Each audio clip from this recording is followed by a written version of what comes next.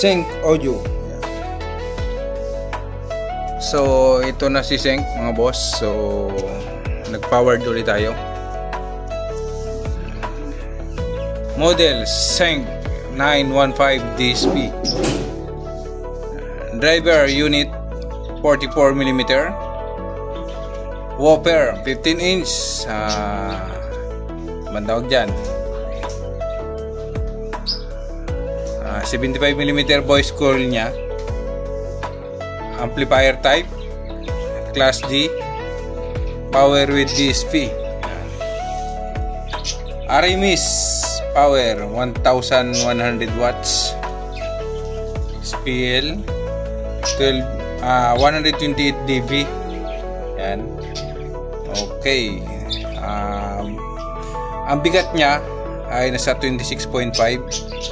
So kaya may gross yan kasama yung mga karton. Ang size niya yan, 51 by 51 by 82 cm. Okay. Mga boss, dalawang piraso yan binili natin kay Sync. So nagbigay pa si Sir Michael ng dalawang t-shirt. Thank you Sir Michael. You know.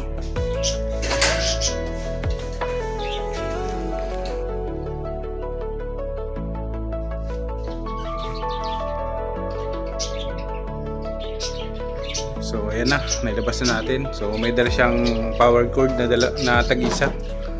Ayan. Tag-isang power cord. Ikutan natin mga boss.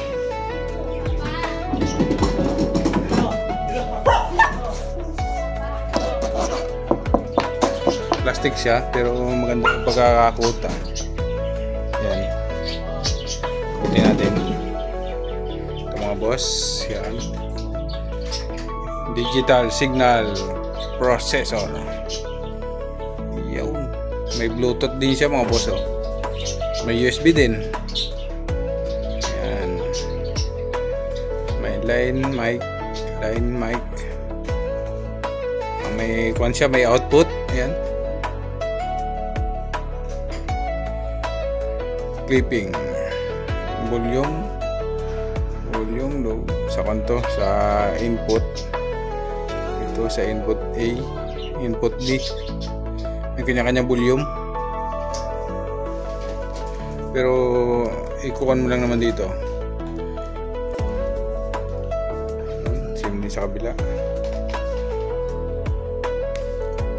Okay. Smooth lang.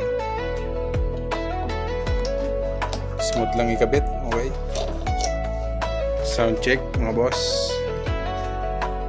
So ayan mga boss, itong mga processor ko ay may amplifier. So bubunutin lang natin itong input niya sa ayan, sa unang amplifier sa mid-high natin. Tapos dito natin i-connect yung dalawang dulo nito papunta dun sa ating speaker. So ayan, i-connect natin dito. Ito ay dumaan sa equalizer. Dumaan sa equalizer po ito.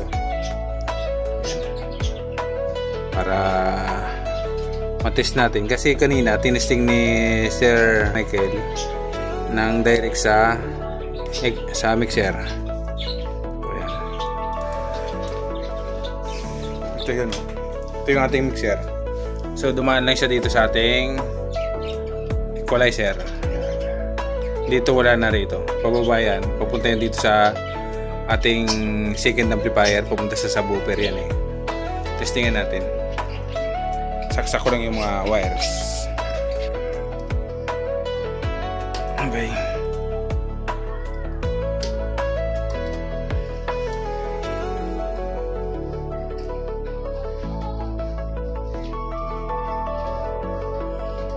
Muna natin to. Tayo dito sa ating speaker. Yan. Naka-off. Yan, naka-off. Saksak muna natin.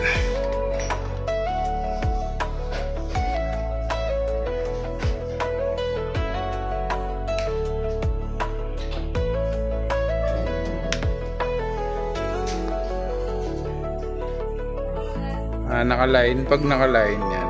Dapat nakaangat to. Yan, naka-line. Yan, tama yan, naka-line. Volume. Volume. Okay, testing.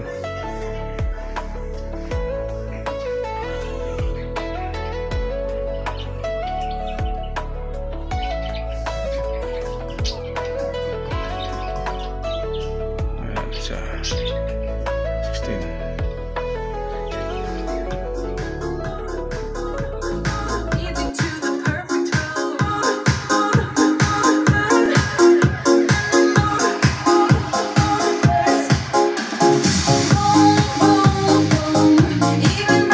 Flat lang natin, naka-flat lang yan.